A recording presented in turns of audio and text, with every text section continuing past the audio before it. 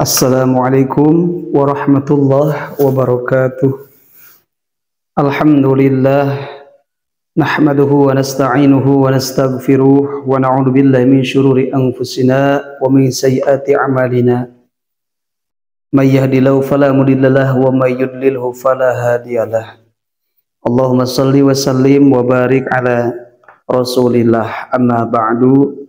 Sahabat channel ABM TV yang dirahmati Allah Subhanahu wa taala, ikhwan fillah yang dirahmati Allah, semoga kita semua diberikan kesehatan, diberikan keberkahan, diberikan ilmu yang bermanfaat, dan semoga kita semua dijadikan hamba Allah yang takwa. Saya doakan dan kita berdoa semoga hajat-hajat kita Allah kabulkan, senantiasa kita dibimbing dengan hidayah dan taufiknya dari Allah Subhanahu wa taala. Yang mempunyai hutang, semoga Allah kasih jalan untuk bisa melunasinya. Yang mempunyai cita-cita, semoga Allah kabulkan cita-citanya. Alangkah baiknya ikhwan fillah, kita bersolawat dulu kepada baginda Nabi Muhammad sallallahu alaihi wasallam. Kita tuliskan Allahumma salli ala sayyidina Muhammadin wa ala ali sayyidina Muhammadin. Semoga kita mendapatkan keberkahan. Amin ya Allah ya rabbal alamin. Ikhwan fillah yang dirahmati Allah Subhanahu wa ta'ala, di dalam kitab Ihya Ulumuddin dijelaskan bahwa tidak ada amalan Bani Adam, keturunan-keturunan Adam, yang lebih menyelamatkan dari siksanya Allah Subhanahu wa ta'ala, yang mana siksa Allah itu sangatlah pedih. Innallaha syadidul iqab, sesungguhnya Allah itu sangatlah pedih memberikan siksaan terhadap hambanya yang tidak mau taat kepadanya.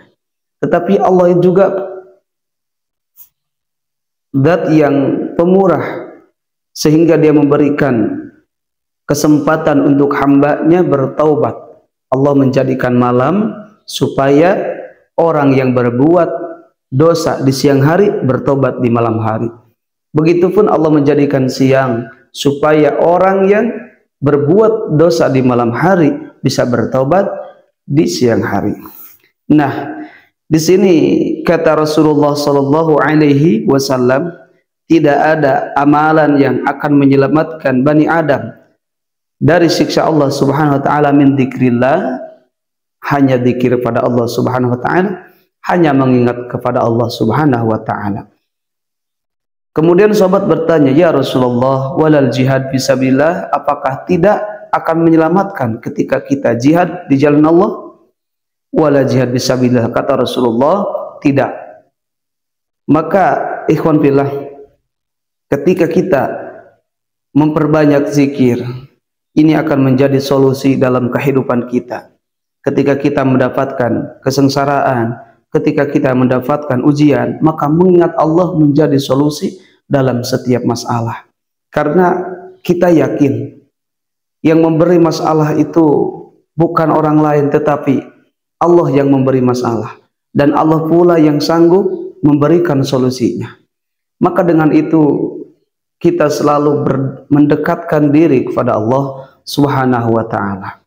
Nah, ada orang yang ditimpa kesusahan dengan urusan rezeki, maka Allah akan berikan cara dan jalannya ketika kita mendekatkan mengingat kepada Allah Subhanahu wa ta'ala. Bahkan keutamaan berzikir itu dijelaskan di dalam kitab ini. Kata Allah Subhanahu wa ta'ala, idza dzakarani 'abdi fin nafsi dzakartuhu fi nafsi. Ketika hamba-Ku mengingatku di dalam hatinya, maka Aku akan mengingatnya di zatku. Maka ketika kita mengingat Allah, Allah akan ingat kepada kita. Ketika kita memperbanyak zikir, apapun kalimat zikirnya, maka insya Allah Allah akan mengingat kita. Bahkan amal yang paling baik yang akan membersihkan diri kita, yang akan mengangkat derajat kita adalah zikir kepada Allah Subhanahu wa ta'ala.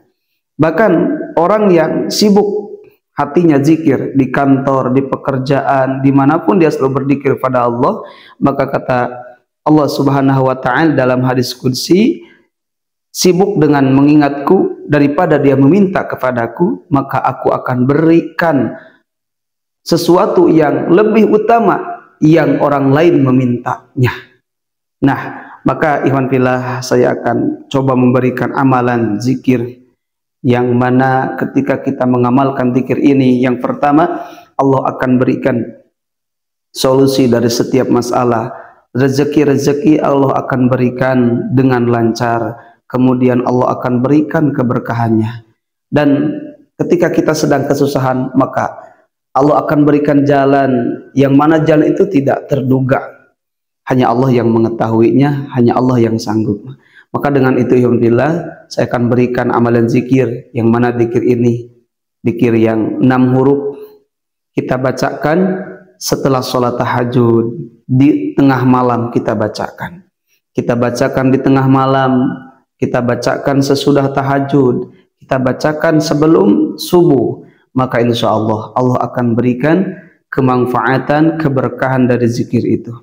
Adapun kalimat zikir yang 6 huruf itu hanyalah Bismillahirrahmanirrahim, Ya Latif, Ya Latif, Ya Latif, Ya Latif. Kalimat zikir Ya Latif Asmaul Husna itu kalimat yang sangat anggun, sehingga dijelaskan dalam Al-Quran, Fad'uhu biha, dengan Asmaul Husna kita berdoalah. Maka setelah kita melakukan sholat tahajud, setelah kita melakukan sholat sunnah di tengah malam, kita bangun menghadap kiblat. Setelah kita sholat, ya, setelah kita sholat tahajud dan sholat apa, kita berzikir sebanyak mungkin kalimat zikirnya Ya Latif. Insya Allah, Allah akan berikan kelembutan hati, Allah akan berikan rezeki-rezeki, sehingga dijelaskan, ulama menjelaskan zikir Ya Latif itu menarik rezeki. Zikir Ya Latif itu akan memperlancar rezeki, akan menjadikan sebab masalah-masalah kita Allah akan tolong. Allah akan tolong, Allah akan berikan bantuan. Nah, ikhwan fillah, itulah zikir yang mungkin ikhwan fillah beruntung bisa menemukan video ini dan coba kita amalkan. Saya selalu mengamalkan dengan jamaah setiap malam Jumat membaca zikir Ya Latif, Ya Latif, Ya Latif, dan gebiar dengan jamaah membaca Ya Latif.